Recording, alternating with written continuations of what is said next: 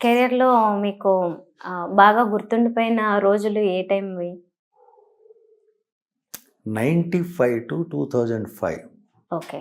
1995 నుంచి 2005 ఎక్కువ సినిమాలు చేశారా అప్పుడు? 300 సినిమాలు చేశానండి. ఓహ్! ఆ ఏరియా ఆ పీరియడ్‌లోనే. 10 ఇయర్స్ పీరియడ్‌లో. ఓహో! ఓకే. అంతకు ముందు తర్వాత కలిపి ఇంకో 100 చేశాను. హ్మ్. ఓ 50 సీరియల్లు చేశాను. హ్మ్. ఒక 50 యాడ్ల దాకా చేశాను. హుహు. యాడ్లకి నేను మంచి ఆర్టిస్ట్ అండి. హ్మ్. అసలు వాళ్ళకి కావాల్సింది 1 మినిట్‌లో అయితే 59 సెకండ్స్‌లో చేస్తా. ఓహో! అలాంటి ఇది. హ్మ్. నన్ను విజయవాడలో స్వరాజ్ మైదానంలో ఒకసారి నా కటౌట్ పెట్టారంట. ఓహ్! గ్రేట్. ఎందుకు పెట్టారో తెలీదు అంటే ఏదో ఎరువులుకి యాడ్ ఆ! చేశాం. వాళ్ళు ఓకే. పెట్టుకున్నారంట. నేను వెళ్ళి చూడలేదు కానీ వేరే వాళ్ళు చెప్పారు. హుహు. మరి అలా. ఎన్ని సినిమాలు చేసినా, ఎంతమంది గొప్ప గొప్ప వాళ్ళని కలిసినా, ఎంత పేరొచ్చినా ఆ కటౌట్ అలాంటిదంటే అంతే. ఇంకొంచెం ఆనందంగా అదే. ఉంటుంది. మొన్న సెకండ్ డోసు చేయించుకోవడానికి వెళ్ళినప్పుడు ఆధార్ కార్డు ఇచ్చా. హ్మ్. మాస్క్ పెట్టుకుని ఉన్నాను కదా! ఆ!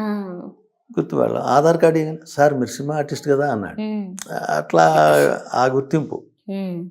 అంతే ఇప్పుడు ఈ మధ్యన చేయట్లేదు కాబట్టి అంతకుముందు 90% గుర్తుపడితే ఇప్పుడు 10% గుర్తుపడతారు. హ్మ్. అది. బాగా తెలిసిన వాళ్ళు ఇంకో 10% ఉండొచ్చు. సినిమాలు చూసేవాళ్ళు ఎవరైనా మిమ్మల్ని దట్ గుర్తుపట్టేయగలుగుతారు ఈజ్ ఓకే. ఈజీగా. ఇప్పుడు నా సినిమాలు టెలికాస్ట్ అయినప్పుడు ఆ పాత సినిమా ఎవరు చూస్తారు? ఇప్పుడు అన్ని హ్మ్. కొత్త ఇప్పుడు సినిమాలు ఏం లేవుగా. జనరేషన్ వాళ్ళు గుర్తుపట్టలేకపోవచ్చు. అదే. హ్మ్. నాతో చేసిన వాళ్ళు గుర్తుపడతారు. ఆ! నన్ను బాగా చుట్టాలు, పక్కాలు బాగా హ్మ్. కావాల్సిన వాళ్ళు వాళ్ళంతా గుర్తుపడతారు. హ్మ్.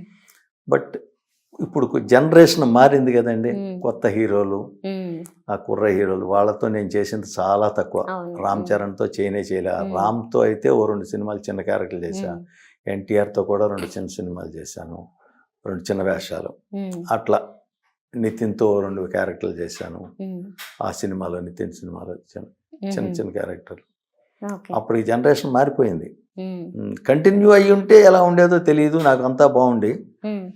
అది లేకపోయేసరికి ప్రాబ్లమ్. ఓకే. ఇప్పుడేమన్నా ఫోన్స్ వస్తున్నాయా మీకు? వస్తాయండి అప్పుడప్పుడు. ఈ మధ్యనే ఈటీవీ వాళ్ళు, ఒకసారి జెమినీ టీవీ వాళ్ళు, స్టార్ వాళ్ళు ఒకళ్ళు ఫోన్ చేశారు. హ్మ్.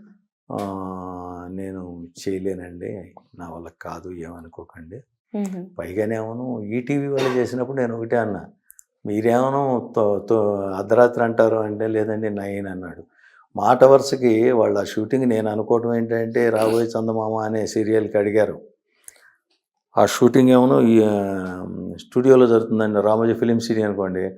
అక్కడి నుంచి ఇక్కడ రావటానికి నేను 9 గంటలకు ప్యాకప్ చేస్తే అక్కడికి వచ్చేసరికి 11 అవుద్ది. అవును.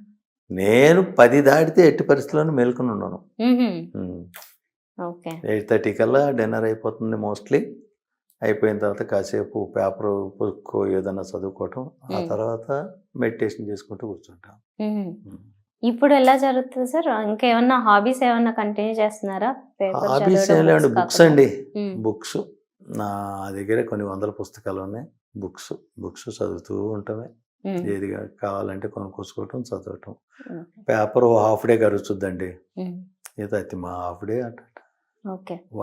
వాకింగ్ ఒకటి. హ్మ్. అలా టైం. ఇప్పుడు ఒక రకంగా ప్రాపర్ రిటైర్మెంట్‌లో ఉన్నారు మీరు. మామూలు రిటైర్మెంట్‌గా ఓకే. Super retirement. హ్మ్. సార్ మీరు మోహన్ బాబు గారితో జోక్స్ కూడా వేస్తుంటారని చెప్పన్నారు. అదా హ్మ్. ఆయన సినిమాలు చాలా చేశానండి. ఆయన నాకు మొట్టమొదటి సినిమా ఒక రకంగా చెప్పాలంటే 'రౌడీ గారి పెళ్ళాంలో' సర్పయాగం చేసే టైంలో నన్ను బుక్ చేశారు. హ్మ్. నాది అసలు సినిమా ఇండస్ట్రీ అంటే ఏంటో తెలీదు. డేట్లు అంటే ఏంటో తెలీదు. దానివల్ల ఏమైందంటే వాళ్ళ డేట్ మిస్ కొట్టింది. హుహు. మిస్ కొట్టడం అంటే నేను 4 సార్లు ఫోన్ చేసేసరికి ఆయన కోపం వచ్చి దాదాపు తీసేశారు. హుహు. యాక్చువల్‌గా లేకపోతే దాంట్లో నేను కోట శ్రీనివాసరావుతో ప్యారలల్ విలన్ని నర్రా క్యారెక్టర్ చేయాల్సిందే. హుహు. సరే అయిపోయింది. సంవత్సరాల తరబడి అట్టా గడిచిపోయింది. ఒక 2 ఏళ్ళో, 3 ఏళ్ళో గడిచిపోయినాయి. హ్మ్. కనపడినప్పుడల్లా ఒకటే, "నాకు డేట్లు ఇచ్చి మానేసావు గదా!" అనేవాళ్ళు. హుహు. అంటే ఆయన భాషలో అడిగేవాళ్ళు. ఓకే. ఆఖరికి మొత్తానికి అడిదిప్పి, ఇడిదిప్పి 'అడవిలో' అన్నకి పరుచూరి బ్రదర్స్ రైటర్స్, హ్మ్. గోపాల్ గారు డైరెక్టరు. అక్కడికి పిలిపించారు.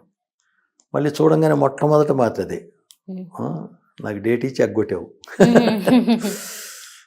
నా దానికి కారణాలు చెప్పినందువల్ల ఉపయోగం లేదిక. అంతే. హ్మ్. దాంతో మొత్తానికి ఆ సినిమా బుక్ అయ్యానండి 'అడవిలో' అన్న. హ్మ్. అక్కడి నుంచి ఆయన నన్ను అభిమానించిన తీరు నిజంగా ఒక స్టేజ్లో ఖైదీ గారు చేస్తున్నాం రామోజీ ఫిలిం సిటీలో ఇన్స్పెక్టర్ క్యారెక్టర్ నేను చేసి నాకు నీకు అయిపోయిందయ్యా అన్నారు. వచ్చే కొంచెం ఎంగేజ్లో వచ్చి నిన్ను హీరో చేసేవాడు అయ్యా అన్నాడు. వద్దులేండి సార్ ఈ వేషాలు ఇస్తే చాలు అని. దాంతో ఆయన సినిమాలు చాలా చేశానండి. నన్ను ఎంతో ఆప్యాయంగా చూసుకునేవాళ్ళు, ఇంటికి పిలిచేవాళ్ళు. ఆయన కొండవీటి సింహాసనం చేస్తున్నాం యానంలో, అది ఆయన రూమ్ పిలుచుకుని మందు అంతా డ్రింక్స్ అన్నీ తెప్పించడం, భోజనాలు అన్నీ అంత జాగ్రత్తగా చూసుకునేవాళ్ళు. ఆయనతో జోక్ అంటే ఎప్పుడు జోకులేండి, ఆయన చాలా సరదాగా ఉంటారు, కానీ జనం అంతా దడుచుకుంటారు. అవును, ఎక్కడ చూసినా ఎప్పుడు ఆయన కోపం గురించి. సెట్ లో చాలా డిసిప్లైన్ గా ఉంటారు. ఆయన రాగానే ఎక్కడికి అక్కడ వదిలేసి వెళ్ళిపోవాలి, ఇలాంటివన్నీ చాలా చెప్పుకుంటారు. డెఫినెట్ గానండి. 7 గంటల కంటే 7 గంటలకి షాట్ తీయగలిగిన ఇండస్ట్రీలో ఉన్న ఏకైక వ్యక్తి ఆయనే.